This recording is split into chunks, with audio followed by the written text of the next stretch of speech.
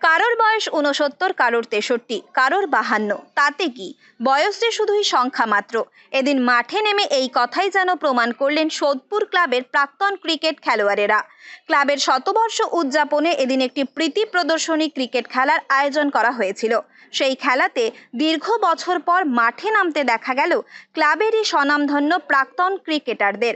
আর এই ক্রিকেট খেলার মধ্যে দিয়েই যেন আবারও শৈশবে ফিরে গেলেন সকলে।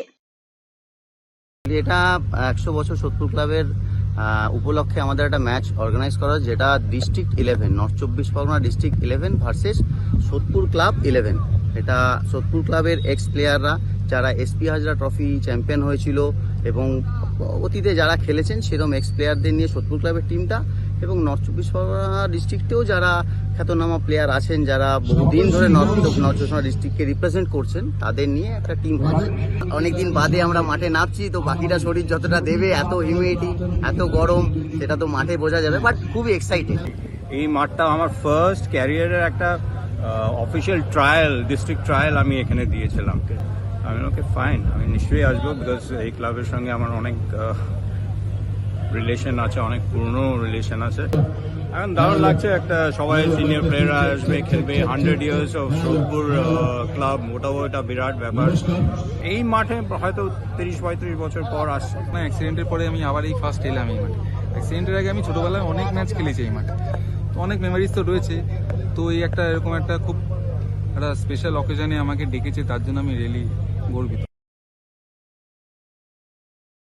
এদিন ব্যাট বল নিয়ে মাঠ দাপালেন প্রাক্তন রঞ্জি প্লেয়ার অজয় বর্মা, সনদ ভট্টাচার্য, প্রসেনজিৎ দাস, জয়ন্ত ঘোষ দস্তিদার সহ সোদপুর ক্লাবের সদস্যরা, পাশাপাশি জেলার প্রাক্তন ক্রিকেটারেরা।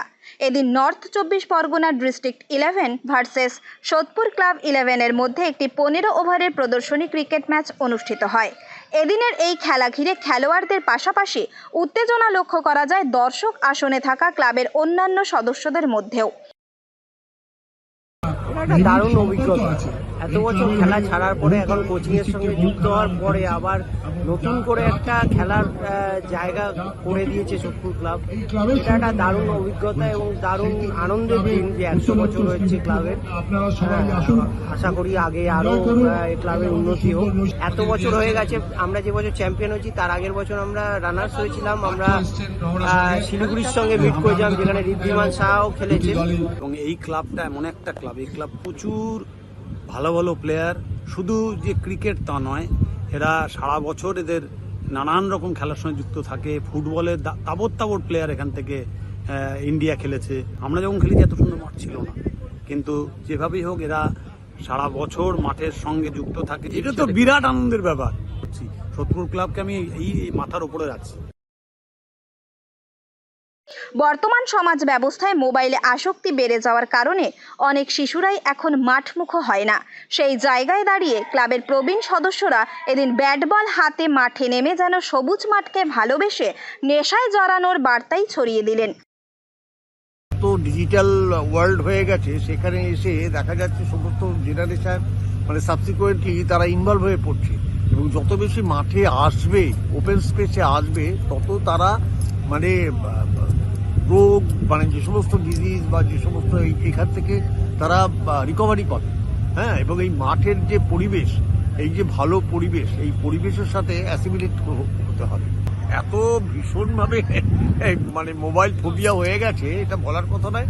এটা মানে ডোমেস্টিক লেভেলেও এটা রেকটিফিকেশন দরকার। এই খেলায় মানে এত বছর পর ময়দানে নেমে খেলা কতটা আনন্দ লাগছে? আনন্দ তো লাগছে। আর আমাদের তো ৩৬৫ দিনই আমরা মাঠে থাকি, সকাল বিকেল আমরা মাঠি।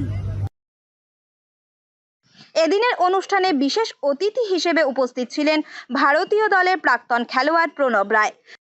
যারা ১০০ বছর আগে এই ক্লাবের প্রতিষ্ঠা করেছে, এবং সেই ব্যাটল বা সেই ফ্ল্যাগ আপনারা আজকে ১০০ বছর ধরে সেই ফ্ল্যাগ বহন করছে, এবং বিভিন্ন কাজে নিজেদেরকে, সমাজের ভালো কাজে আপনারা নিজেদেরকে আপনাদের সময় দিচ্ছেন।